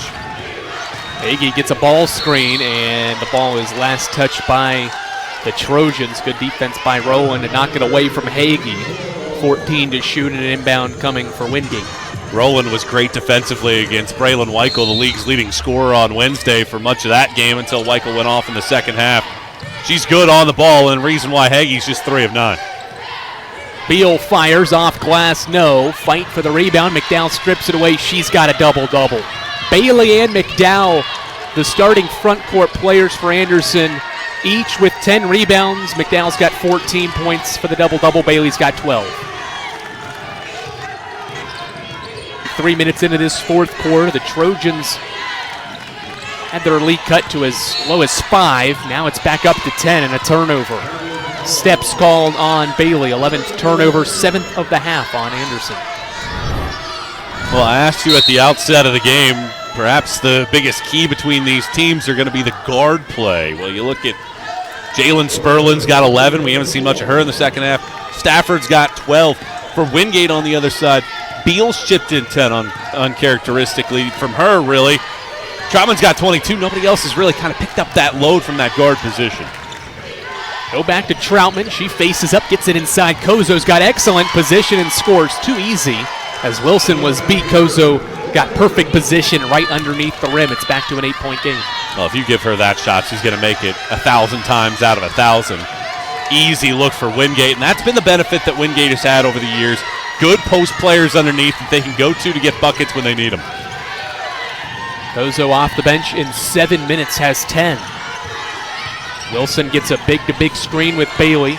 They get another screen. Wilson goes right, missed the shot, and avoids stepping on Hagee there, who commits the blocking foul. A couple of times we've seen that front court screen and roll. Wilson got free that time to get around Kozo, and Hagee was late there to draw the charge. Hagee just couldn't get quite far enough over to draw that charge, but what these two teams have is they have that post presence. So often in March, you get to that point where you can't get a bucket for an extended period of time, but you can fire it inside and get a player that can get points, and that's exactly what Troutman is for Wingate, and you've had this trio of Anderson that you've been able to rely upon. Wilson giving you some bonus minutes right now. 7 and 7, and make it 8 points now for Wilson and 7 rebounds as 3 players go down. Troutman is shaken up. Bailey and McDowell also hit the deck. Didn't see initially what happened. Maybe they just collided going for that miss, and all 3 kind of ran into each other. Let's see if we get a look at it here. Yeah, somebody pushed Bailey into Troutman, who seems to be okay, back to her feet, walking up the floor. It's been a battle in there. Well, you're not going to take Troutman out of the game here at this point. She's not going to come out of the game for just about anything. She's been excellent in the second half. Last year's Player of the Year, another first-team All-Conference pick this year. Dangerous pass. Hagee comes down with it. Now to Beal. Beal goes baseline, kicks it out. Clark now inside Kozo, and she traveled. Took a couple of steps toward the basket without putting the basketball on the floor. Wingate's 8th turnover. Well, the problem was that she caught the ball, and then that left foot kind of jumped over. And it's a call that Wingate has been asking for throughout the game. And this time it's Kozo that is a guilty party as the officials blow the whistle. 10-point game, 6 minutes to go. Wingate exerted all that energy to get back in striking distance. Stafford pretty much triple-teamed just as she crossed the timeline. Finds an open player on the cross-court pass, and now they'll set up their offense. Seems like Anderson has settled in with that full-court pressure for the most part. Turnovers are still a little bit high in the second half with 7, as now we've got a foul away from the basketball. They're going to get Beal for the foul, trying to defend McDowell inside. That's Lainey Beal's 4th personal. Her and Sullivan each had 3 prior to the possession, and now Beal called for her 4th. 4th team foul on Wingate, so the rest of the way Anderson will shoot on every foul. Beal to the bench with the 4 fouls. They go to Leah Behringer off the bench, the sophomore. You know, it's not a bad situation for Wingate to potentially be in the bonus because they can foul some of these Anderson players as McDowell gets the stick back. Anderson struggles at the free throw line for the season, number 11 in the league, so perhaps a way for them to maybe get back in the game. 12-point game, approaching the 5-minute mark. Wingate hasn't scored in a couple of possessions. Clark has space, her 3, too strong. Ball batted around into the hands of Sullivan. 10th offensive rebound for Wingate. Kozo had it knocked away by McDowell. Numbers the other way. McDowell into the lane, crossover, and lost it out of bounds. It'll be a turnover. Anderson can't take advantage of the numbers, and McDowell a little bit shaken up, hitting the floor as well. Both teams leaving it all out there, 70-58. Does Wingate have another run in them? We'll find out in the final 4:58 after this here on Flow Sports. To open for me. For my future to have endless possibilities. To know I could become anything I wanted to be. Objection, Your Honor. I always wanted to say that. So whether I wanted to be a veterinarian, a high school teacher, let's turn to page 32, or a successful dentist, I knew all of you would help me get there. All I had to do was open the door.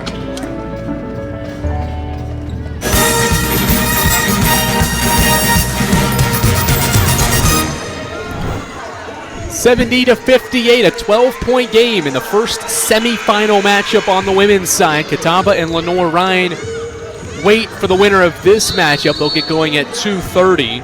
The men's semifinals to follow at 5 and 7:30.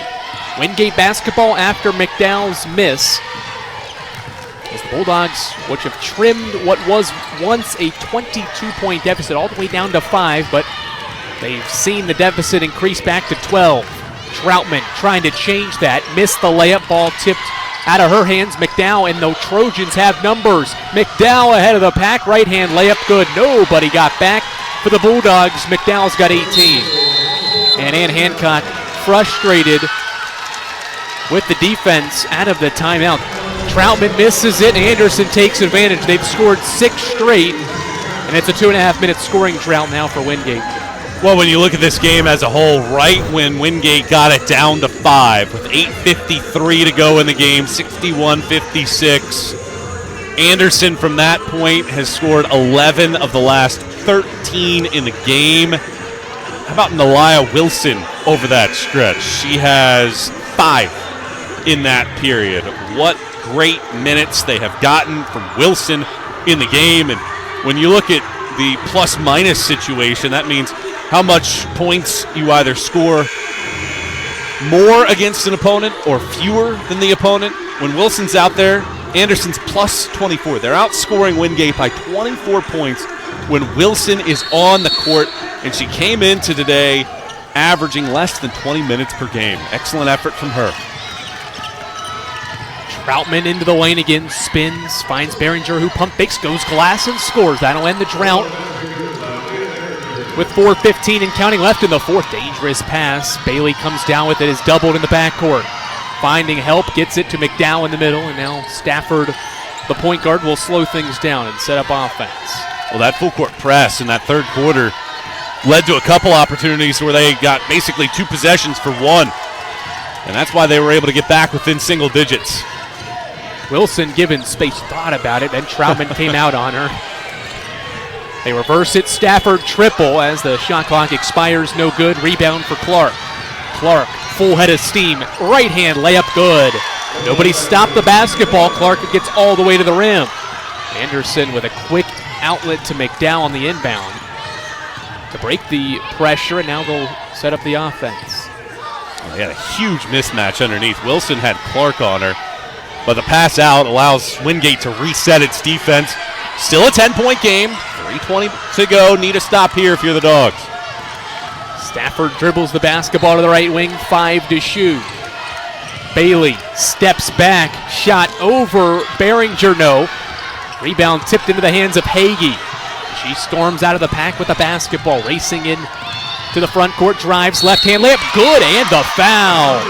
Emily Hagee, the freshman, showing why she was the freshman of the year. She's in double figures, and it's an 8-point game. Well, it's been a frustrating day for her at times, but that was such a good take. Look at the contact on the left paw of Hagee. She was able to finish, put it down, and a big surge here for the Bulldogs. An opportunity for 7 straight.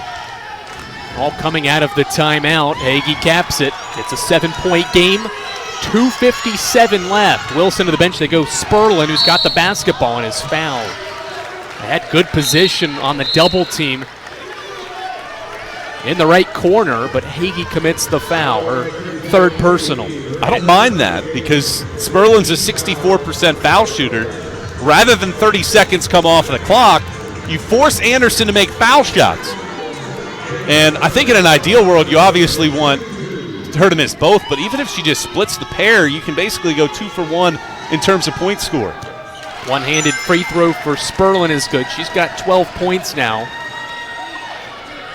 Joining what is 4 double-figure scorers for Anderson. Second free throw up, good. She makes both.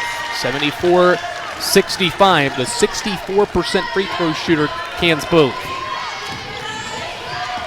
Wingate back with the basketball. They've made 3 consecutive shots. Clark trying to continue that stretch. The ball goes in and out. A good look, but it bounced out.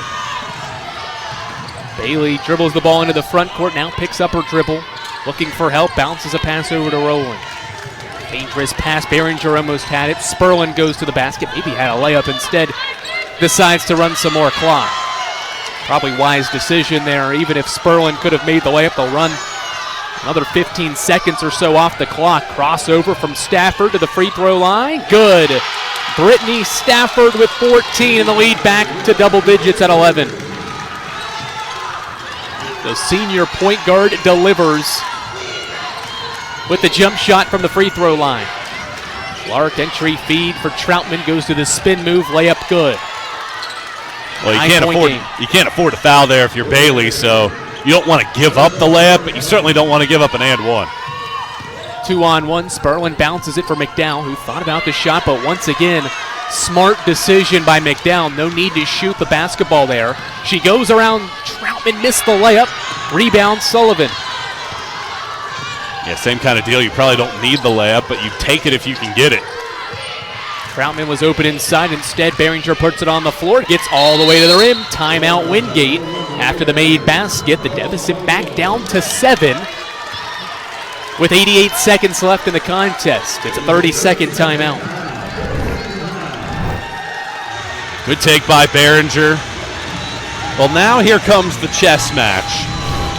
I mentioned the lack of free throw ability that Anderson has displayed throughout the duration of the year, but you have Stafford at 94% that you know that they're going to try to get the basketball into. It's whether or not you can foul somebody else other than Stafford, force the ball into the hands of somebody else. 128 to go in the game. It's a 7-point game. I think if you're Wingate, what you're probably thinking right now, let's get a couple traps, see if we can force a turnover. But if you can't, I think you have to try to extend the game if you can foul somebody other than Stafford down by 7 with this much time left. But the players that are retaking the floor for Anderson, Stafford obviously the best at the line. Rowland is second best at a 75% mark. McDowell shoots it at a fine percentage, 71. Sperlin and Bailey are probably your best foul options if you're Wingate at 60 and 64% respectively. McDowell gets the inbound pass ahead of the pack. Sperlin into the lane. Layup good and a foul. Behringer was late to get there. The Anderson Trojans break the pressure and score off of it. Sperlin to the line for a 3-point play. Well, that's the last thing that you could have afforded there, but that's one thing that's very difficult to teach.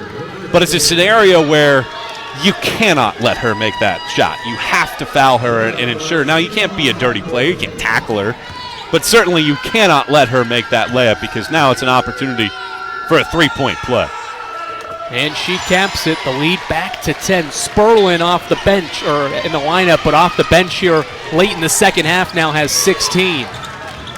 Clark, lob inside for Troutman over McDowell. Contact inside, no call. Beal knocks it into the hands of Stafford. And Ann Hancock signaling for a foul and gets it. Well, Troutman definitely got fouled. I mean, Troutman got hacked on the block. And that's exactly what she went to the official right after that to say, I got fouled right there by Diamond McDowell.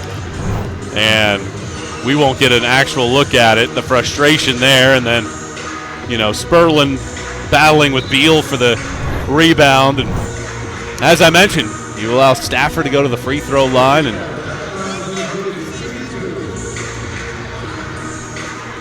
sounds like the official's going to go look and see if they have the right shooter on that foul. It was called on Lauren Sullivan, so her and Beal with 4 fouls apiece. That's the only foul trouble for Wingate. Bailey's got 4 for Anderson. So we'll check and see who actually was fouled by Sullivan. Make sure they get that correct here down the stretch. A back and forth first quarter. Anderson led by a point. Used a strong second quarter to build an 18-point lead. They outscored Wingate 25-8 in the second period. Wingate made a late surge in the third to outscore Anderson 21-9, but Anderson has been able to maintain its lead throughout from the second quarter on to stay in control of this game. And a rare miss from Brittany Stafford. Nearly 92% free throw shooter, missed the first. Nearly automatic from the line. Takes a deep breath prior to a second one. It's up and in. 80-69. Wingate 4 of 11 from 3. He's going to need a few more to go down. Hagee thought about it. Hesitation, dribble to put it on the floor. Gets it to Beal inside. Shot altered. Got her own miss. Hands it off. Troutman, layup good. Timeout Wingate with 57.2 seconds remaining. Ann Hancock will burn her final timeout. I think she wants to reset her group, but that, like you mentioned, final timeout, that's the biggest problem that Wingate's running into now. Instead of being able to hold on to 2-3 timeouts where you can move the ball into the front court after foul shots, you have nothing left. And down by 9, big-time challenge to be able to get those points. You really have to be impressed with what Wingate's done, with how much they struggled in that second quarter. 3 of 18 shooting in their own right. Anderson outscored them by 17 in the second. Bulldogs fell behind by 22. Were able to get back within 5 in this fourth quarter, but Anderson with that poise, that experience, able to ensure, and they lost the conference's leading scorer and an All-American last year in Shamika McNeil. That was a critical piece to their puzzle and a big reason why they reached the tournament final a season ago. They had to find some players that would step in her role, and Coach Jonathan Barbary has played just 7 players in this game, but 6 have at least 8. Anderson bench pretty excited. 57 seconds possibly away from a championship appearance. I think Anderson burned a timeout so they can advance the basketball. Wise decision, too, because you avoid now that full court pressure. Just the second timeout used by the Trojans. Coach Barbary will have 2 more left in his back pocket. You know, I wonder if the NCAA takes a look at something like that over the next year or two, because I feel like there's so often that a team will call a timeout defensively and then the offensive team will call a timeout right after that, so you basically have that full timeout over that stretch. I wonder if they ever get to a point where they say the defense has called a timeout. If the offense wants to call a timeout, that's fine, but we're going to keep it at 30 seconds. Because part of the reason why they went to the 4-quarter setup, the timeout situation that they've gone to, is to ensure that you don't have all this extra time at the end of the game that you're wasting. So I do wonder if they ever look at that in the next few years. Sperlin will trigger it in and threw it away. Was it tipped? I think it's Wingate basketball. It is. Sperlin tried to find Bailey, who had position, and threw it away. I don't think anybody touched it either, so it'll be thrown in from the same exact spot. No time comes off the clock. the worst possible scenario play for Anderson. Wingate gets it back. Clark inside. Troutman over Bailey. McDowell with the extra help defense and the rejection and a foul given. The Anderson bench loves it. Diamond McDowell, with her second block of the game, comes over for the rejection. Yeah, she timed it perfectly. Came over for help side defense. That's what we saw a lot of in the first half with Anderson with that help side defense, and McDowell gets a critical swat. So after Anderson committed that turnover on the inbound, it ends up working out because you send a 92% free throw shooter to the line. And Stafford, who gets the friendly roll. 10-point lead. Stafford has 16. Sperlin, Stafford with 16 apiece. Now Stafford's got 17. McDowell's got 18. Balance all the way around for the Trojans. Wingate's got to go quickly. Beal hands it off. Clark pump fakes. Drives baseline. Steps into the lane. Layup good off glass. Inbound to Stafford, and she's fouled again. Clark commits the foul. Hannah Clark has 4, so 4 on her, Sullivan, and Beal. And those 3 players all on the floor right now, all starters as well. Well, at some point, Wingate is going to need a 3, and they haven't hit one since the 7:35 mark of the third quarter, and they've attempted just 2 here in the fourth.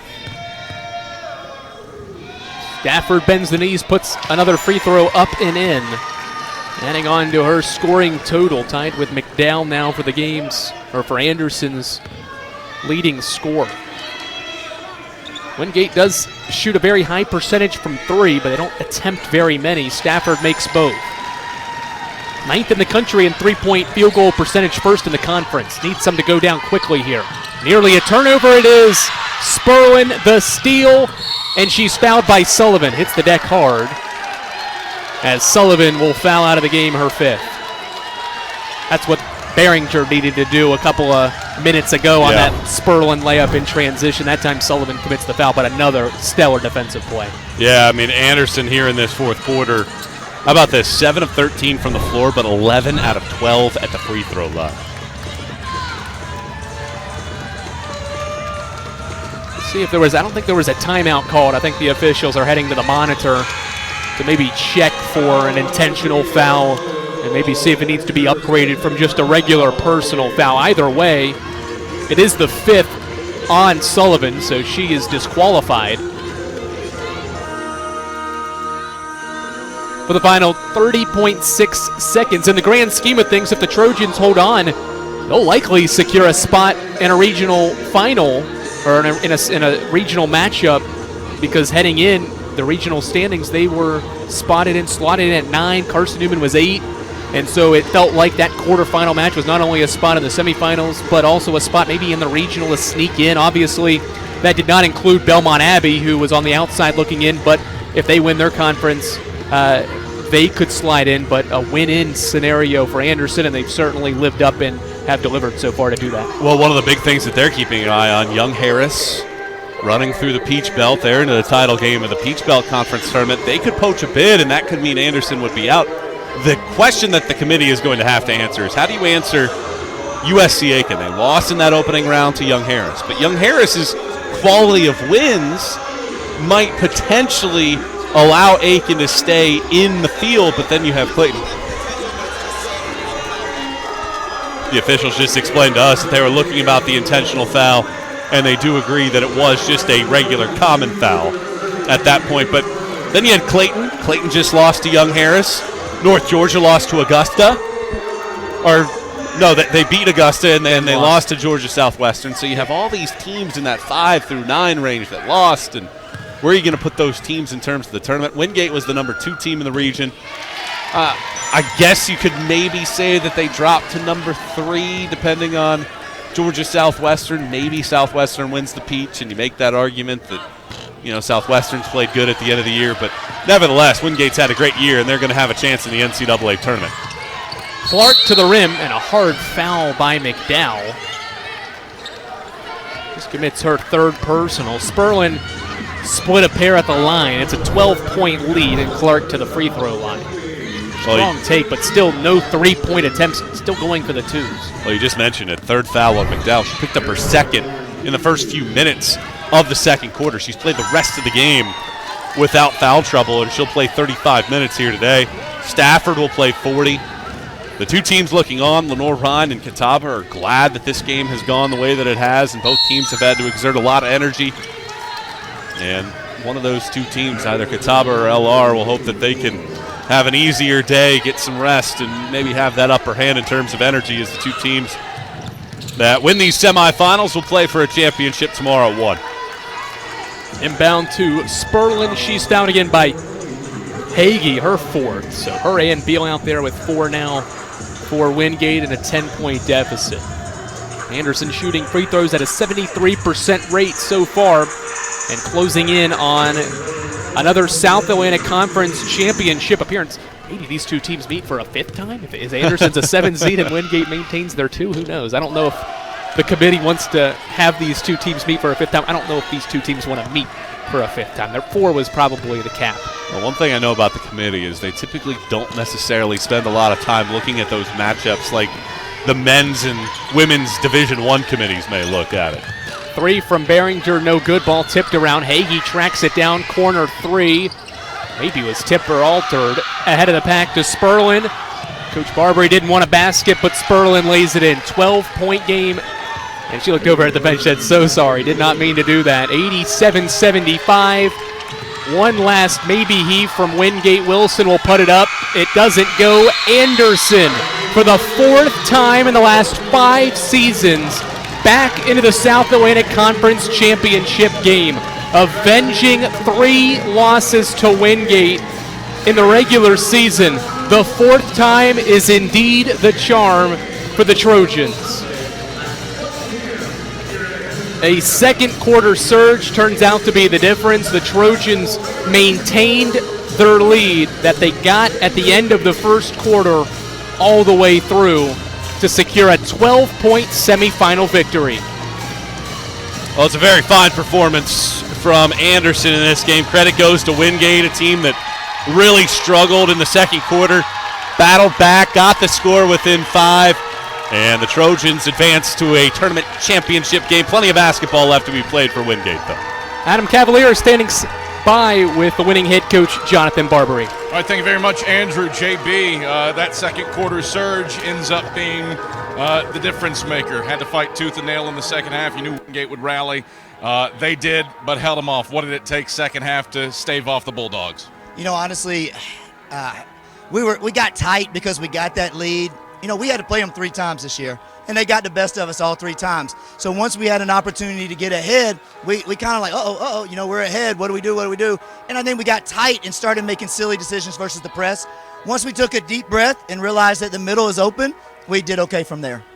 You say you made some silly decisions against the press, but I don't know if you've been taking notes from Bobby Lamb or what, but about a minute left. Over the top to Jalen Sperlin, and one makes it a 10-point game. Break down that play that felt like it was the ultimate separator. Yeah, you know, Jalen is a energy player. Okay, she was frustrated early because we missed a couple of layups by her, and then she just looked angry. And when she's angry, it's like, okay, I got to get the ball in her hands. That means she's the fastest person on the court. And so as soon as I knew I hit that first flash, she can go long. She can outrun anybody. She's so explosive that we just went for it.